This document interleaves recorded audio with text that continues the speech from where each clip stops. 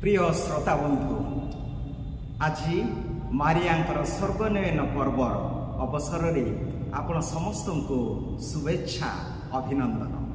आज आम समस्त अति आनंदर दिन। आज दुईटी मार पर्व आम पालन करुछु।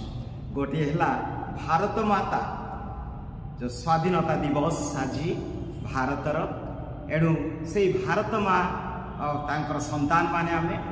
द्वितीय है जीशुंक माँ आमरी माँ आपणकर माँ स्वर्गीय माँ कुमारी मारियांकर पर्व।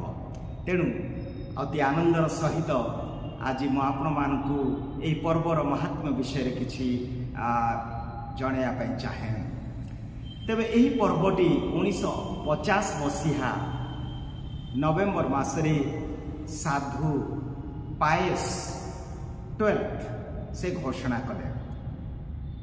1950 मसीहार 3 वर्ष पूर्वे अर्थात 1947 मसीहारे सारा विश्वर थियोलॉजियन आउ समस्त बिशप मानकु से अपील कले जे प्रकृत रे आबे मारिया जे स्वर्ग को जाइछंती स्वर्ग रे अछंती वर्तमान ताहा कोन जुक्तियुक्त की ए विश्वास आम पई सत्य की। आउ जेतेबेले से घोषणा करी लेखिले वास्तव रे अधिकांश प्राय मोर दैन 90% पीपुल एग्रीड समस्त सम्मत है जे वास्तव रे आबे कहि परिबा मारिया को ईश्वर आत्मा व शरीर रे स्वर्ग को नहीं छथि। स्वर्ग नयन पर्व एवं जीशुंकर स्वर्गारोहण पर्व मध्य पार्थक्य अछि। जीशु स्वशक्ति रे से ईश्वर थिले से स्वर्ग को गले किंतु मारिया को ईश्वर तांकर एही जागतिक जीवनर समस्त कार्य समापन हैला परे परित्राण कार्य समापन हैला परे तांको स्वर्ग को नहीं गले निया गला मारिया को ईश्वर नेले स्वर्ग को।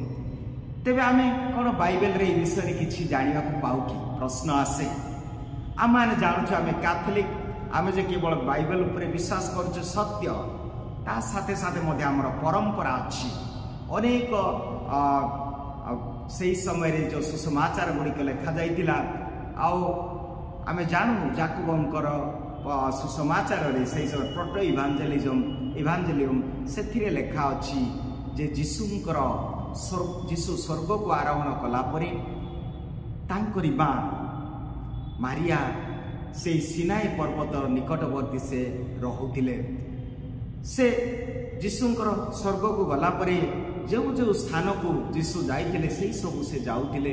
आ जेतेबेले समय उपस्थित होन्ते जीशु दूतंकु पठेले आ मारिया चतुर्दिगरे शिष्य माने आसिले तांकर शेष दिन रे एवं से तांक सहित मिलित होई तांक सहित कथोपकथन करी से मृत्युवरण कले एवं तांकर शरीर को समाधि दिया गला। किछि दिन परे तांकर प्रिय शिष्य जेतेबेले आसिले आ सेतेबेले से देखिबा को चाहिए आ जेतेबेले समाधि खोला गला आ तांकर शरीर नथिला सेथिरे थिला केवल फूल एवं तांकर वस्त्र। आउ एटा केवल हमर परंपरा किंतु आमे कहि पारिबा कि मारिया वास्तव रे तांको स्वर्ग को दिया गला। जदि आमे बाइबल पठन करिबा आदि पुस्तक 5 अध्याय 24 पदरे एनोक को स्वर्ग को निया जाइतिला। आमे जानुछु एलियो को मध्य स्वर्ग को निया जाइतिला। अर्थात जो माने धार्मिक जीवन यापन करंती से मानक पई स्वर्ग हेला वास्तव रे तांकर गृह। तेणु एनोक हेउ किबा एलियो हो ए माने धार्मिक जीवन यापन करिथिले। तेणु प्रभु से मानक स्वर्ग को नेले। ठीक सेही परी मारिया जे ईश्वरंकर पुत्र जीशु को हृदय रे 9 मास गर्भ धारण कले आउ 33 वर्ष तांको खोइले तांकर सेवा जत्न नेले तांको सब प्रकार शिक्षा देले एपरिकी परित्राण कार्यर शेष पर्यंत जेतेबेले तांको क्रूस रे मरागला समस्त शिष्य माने चली गले किंतु मारिया से क्रूस तले रहिले। केवल सेतिकी नुहे समाधि देला परे एपरिकी पेंतेकॉस दिवस रे जेतेबेले समस्त भय रे थिले शिष्य मानक गहन रे थिले। अतएव आरंभरु शेष पर्यंत मारिया आमर परित्राण कार्य सहयोग करिसेंती एवं ତାଙ୍କର ପୁତ୍ର ଯୀଶୁଙ୍କ ସହିତ ଥିଲେ। ଏଣୁ ସେ ଯେହେତୁ ଧାର୍ମିକ ଜୀବନ ଯାପନ କଲେ ମାରିଆ ତା ସାଥେ ସାଥେ ପୁଣି ତେଣୁ ନିଶ୍ଚିତ ଭାବରେ ଆଜି ଆମେ କହିପାରିବା ଯେ ମାରିଆ ସ୍ୱର୍ଗରେ ଉପସ୍ଥିତ ଅଛନ୍ତି। କେବଳ ସେତିକି ନାହିଁ, ଯେଉଁମାନେ ଈଶ୍ୱରଙ୍କୁ ପ୍ରେମ କରନ୍ତି ମାରିଆ ନିଶ୍ଚିତ ଭାବରେ ଯୀଶୁଙ୍କୁ ପ୍ରେମ କଲେ। ପୁଣି ଯେଉଁମାନେ ତାଙ୍କ ନାମରେ ଦୀକ୍ଷା ସ୍ନାନ ଗ୍ରହଣ କରିଛନ୍ତି ଆଉ ସେମାନେ ମଧ୍ୟ ତାଙ୍କର ପୁନରୁତ୍ଥାନରେ ସହଭାଗୀ ହେବେ। ଅତଏବ ନିଶ୍ଚିତ ଭାବରେ ଆମେ କହିପାରିବା ମାରିଆ ଯାହାଙ୍କୁ ସ୍ୱର୍ଗର ଦୂତମାନେ ଅନୁଗ୍ରହରେ ପୂର୍ଣ୍ଣା କହି ପ୍ରଣାମ ଜଣାଇଥିଲେ ଆଉ ସେ ନିଶ୍ଚିତ ଭାବରେ ଆମମାନଙ୍କର ବିଶ୍ୱାସ ଆଉ ଏହି ବିଶ୍ୱାସକୁ ବିଶ୍ୱସନୀୟ ସତ୍ୟ ବା ଡଗମା ବୋଲି ପାଏସ୍ 1950 ଘୋଷଣା କଲେ। ଏଣୁ ମା ମାରିଆ ଆମମାନଙ୍କ ସହିତ ଅଛନ୍ତି। ଆମେ ଜାଣୁ ଯଦି ଅନେକ ସାଧୁସାଧୀମାନଙ୍କର ଜୀବନ ସାଧୁ ଆନ୍ତୋନିଙ୍କର ମୃତ୍ୟୁର 32 ବର୍ଷ ପରେ ଯେତେବେଳେ ତାଙ୍କର ସମାଧିଟି ଖୋଳାଗଲା ଆଉ ସେତେବେଳେ ତାଙ୍କର ଶରୀର ଯଦିଓ ନଷ୍ଟ ହେଇଛି କିନ୍ତୁ ତାଙ୍କର ଜିହ୍ବା ସତେଜ ଥିଲା ଆଉ ସେଇ ଜିହ୍ବା ବର୍ତ୍ତମାନ ପର୍ଯ୍ୟନ୍ତ ପାଦୁଆରେ ରଖାଯାଇଛି। ମୁଁ ନିଜେ ତାହା ଦେଖିଛି।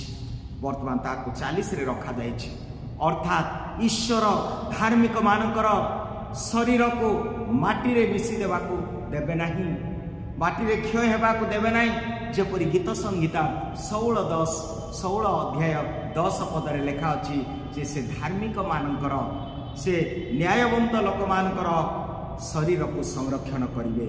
ଆମେ ମଧ୍ୟ ଜାଣୁ ଆମ ଭାରତରେ ସାଧୁ ଫ୍ରାନ୍ସିସ୍ଙ୍କର ଶରୀର ରଖାଯାଇଛି ଗୋଆରେ ଆଉ ଯଦିଓ ଶରୀର ନଷ୍ଟ ହୋଇଛି ତଥାପି ଆଜି ପର୍ଯ୍ୟନ୍ତ 450 ବର୍ଷ ପରେ ମଧ୍ୟ ଆମେ ଜାଣୁଛୁ ତାଙ୍କର ଶରୀରର ଯେଉଁ ଅଛି ତାହାକୁ ପୁରା କ୍ଷୟ କରି ନଷ୍ଟ କରନ୍ତି ନା। ଏପରି ପାଦ୍ରେ ପିଓ, ସାଧ୍ବୀ ରୀତା, ଅନେକ ସାଧୁ ସାଧ୍ବୀମାନେ ଯେଉଁମାନେ ଧାର୍ମିକ ଜୀବନ ଯାପନ କଲେ ସେମାନଙ୍କର ଶରୀରକୁ ପ୍ରଭୁ କେବେ ହେଲେ ନଷ୍ଟ ବା କ୍ଷୟ ହେବାକୁ ଦେବେ ନାହିଁ। ତେଣୁ ଆମେ କହିପାରିବା ଯେ ମାରିଆ ଯିଏ ନ୍ୟାୟ, ଯିଏ ଅନୁଗ୍ରହରେ ପୂର୍ଣ୍ଣା, ନିଶ୍ଚିତ ଭାବରେ ଆଜି ତାଙ୍କର ଶରୀରକୁ ପ୍ରଭୁ ସ୍ୱର୍ଗକୁ ନେଇ ଯାଇଛନ୍ତି। ପ୍ରିୟ ଭାଇ ଭଉଣୀମାନେ, କ'ଣ ଆମର ଶରୀରକୁ ଜୀବନକୁ ବିଶେଷ ଭାବରେ ଆମର ମୃତ୍ୟୁକୁ ଅତି ଦୁଃଖଦାୟକ କରିଥାଏ। ଆମର ମୃତ୍ୟୁକୁ କ'ଣ ଅତି ଦୁଃଖଦାୟକ କରିଥାଏ, ଯନ୍ତ୍ରଣାଦାୟକ କରିଥାଏ? ମୁଁ ଭାବେ 3ଟି ବିଷୟ। ଯେଉଁମାନେ ଜଗତ ପ୍ରତି ଆସକ୍ତି ସେମାନେ ଯନ୍ତ୍ରଣା ଭୋଗ କରିବେ। ଦ୍ୱିତୀୟରେ ପ୍ରଥମ ହେଲା ଯେଉଁମାନଙ୍କର ଜାଗତିକ ବିଷୟ ପ୍ରତି ଆସକ୍ତି ଅଛି ନିଶ୍ଚିତ ସେମାନଙ୍କର ମୃତ୍ୟୁ ଯନ୍ତ୍ରଣାଦାୟକ ହେବ। କିମ୍ବା ଯେଉଁମାନଙ୍କର ଅତୀତ ଅତି ଖରାପ ତାଙ୍କର ବିବେକ ସେମାନଙ୍କୁ ବ୍ୟତିବ୍ୟସ୍ତ କରିବ। ତୃତୀୟ ହେଲା ଯେ ଯେଉଁମାନେ ଏହି ସବୁ ବ୍ୟତୀତ ଯେଉଁମାନେ ସଜ୍ଜୀବନ ଯାପନ କରିନାହାନ୍ତି ସେମାନଙ୍କର ବିବେକ ସେମାନଙ୍କୁ ଅସ୍ତବ୍ୟସ୍ତ କରିବ। କିନ୍ତୁ ମାରିଆ ବା ସାଧୁସାଧୀମାନେ ଯେକୌଣସି ବ୍ୟକ୍ତି ହେଉନା କାହିଁକି ସେମାନେ ଜଗତ ପ୍ରତି ଆସକ୍ତି ନଥିଲେ, ସେମାନଙ୍କର କୌଣସି ଅତୀତ ଖରାପ ନଥିଲା। ତେଣୁ ସେମାନେ ବ୍ୟତିବ୍ୟସ୍ତ ହେବେ ନାହିଁ। ସେମାନେ ସଦାବେଳେ ପ୍ରଭୁଙ୍କର କାର୍ଯ୍ୟ ଯିଏ କରନ୍ତି ନିଶ୍ଚିତ ତାଙ୍କର ବିବେକ ନିର୍ମଳ ରହିବ, ମୃତ୍ୟୁ ଯନ୍ତ୍ରଣାଦାୟକ ହେବ ନାହିଁ। ତେଣୁ ଆଜିର ପର୍ବ ଆମମାନଙ୍କୁ ଏହି ବିଷୟ ଶିକ୍ଷା ଦେଉ ଯେ ସ୍ୱର୍ଗ ଆମମାନଙ୍କ ପାଇଁ ଆମର ଲକ୍ଷ୍ୟ, ଆମେ ସ୍ୱର୍ଗର ନାଗରିକ ଅଟୁ। ତେଣୁ ମାରିଆ ଯଦି ଆଜି ସ୍ୱର୍ଗରେ ଉପନୀତ ଅଛନ୍ତି, ସାଧୁସାଧୀମାନେ ଧାର୍ମିକ ମାନେ, ତେବେ ନିଶ୍ଚୟ ଆମ ପାଇଁ ଏକ ଆଶାର ଜୀବନ। ଏହି ପର୍ବ ଆମମାନଙ୍କୁ ଦେଉ ଯେ ଆମେ ଦିନେ ସେ ଈଶ୍ୱରଙ୍କ ସହିତ ଆମେ ବାସ କରିବା। କାରଣ ଆମର ଲକ୍ଷ୍ୟ ଏହି ଜଗତକୁ କେବଳ ଖାଇ ପିଇ ନିଜ ଜୀବନ ନିଜର ଶରୀରକୁ କେବଳ ପୂଜା କରିବା ନାହିଁ କିନ୍ତୁ ଅନ୍ୟ ପାଇଁ କିଛି କରିବା। ଆଉ ମାରିଆ ଆରମ୍ଭରୁ ଶେଷ ପର୍ଯ୍ୟନ୍ତ ପରିତ୍ରାଣ ଯୋଜନାରେ ସେ ନିଜକୁ ସମ୍ପୂର୍ଣ୍ଣ ରୂପେ ସେ ନିଜକୁ ମିଳେଇ ଦେଇଥିଲେ। ତେଣୁ ମା ମାରିଆ ଆମ ସହିତ ଅଛନ୍ତି। ମା ମାରିଆ ଆଜି ଆମଠାରୁ ଦୂରରେ ନାହାନ୍ତି। ଆଜି ମା ମାରିଆଙ୍କୁ ଧନ୍ୟବାଦ ଦେବା। ତାଙ୍କ ମାଧ୍ୟସ୍ଥରେ ତାଙ୍କର ଗୋଟିଏ ମାତ୍ର ମିଶନ ହେଲା ଯେ ତାଙ୍କର ପୁତ୍ର ଯୀଶୁଙ୍କ ନିକଟକୁ ନେବା। ଆଜି ଅନେକ ସ୍ଥାନରେ ସେ ଦର୍ଶନ ଦେଉଛନ୍ତି। କୁହାଯାଏ କୁହନ୍ତୁ ଲୋର୍ଦ ହେଉ କିମ୍ବା ଫାତିମା ହେଉ, ମେଜୋଗରି ହେଉ, ମେକ୍ସିକୋ ହେଉ, ଗୁଆଦାଲୁପେ ହେଉ କିମ୍ବା ନକ୍ ହେଉ, ବେଲାଙ୍କିନି ହେଉ, ଆମ ବାଣ୍ଡେଲ ହେଉ, ଏହିସବୁରେ ଆଜି ଲୋକ ଜନଗହଳି କ'ଣ ପାଇଁ? ମାରିଆଙ୍କର ତୀର୍ଥସ୍ଥାନ। ତାଙ୍କ ମାଧ୍ୟସ୍ଥରେ ମାରିଆ ହୁଅନ୍ତି, ଉପସ୍ଥିତ ରୁହନ୍ତି। ଲୋକଙ୍କର ଦୁଃଖ କଷ୍ଟ ପ୍ରାର୍ଥନାକୁ ତାଙ୍କର ପୁତ୍ର ଯୀଶୁଙ୍କ ଠାରେ ସେ ସମର୍ପଣ କରନ୍ତି। ଆସନ୍ତୁ ସେଇ ମା ଅତି ନିକଟ, ତାଙ୍କ ମାଧ୍ୟସ୍ଥରେ ପ୍ରାର୍ଥନା କରିବା। ତାଙ୍କ ମାଧ୍ୟସ୍ଥରେ ଯେପରି ଆମେ ମଧ୍ୟ ଦିନେ ତାଙ୍କର ପ୍ରାର୍ଥନା ମାଧ୍ୟମରେ ଆମେ ଯୀଶୁଙ୍କ ସହିତ ଈଶ୍ୱରଙ୍କ ସହିତ ଦିନେ ସେଇ ଅନନ୍ତ ଜୀବନ ଲାଭ କରିବା ପାଇଁ ସୌଭାଗ୍ୟ ମନେ କରିବା। ପ୍ରଭୁ ଆମ ସମସ୍ତଙ୍କୁ ଆଜିର ଏହି ପର୍ବ ଦିବସରେ ଆଶୀର୍ବାଦ କରନ୍ତୁ। ଆମେନ୍।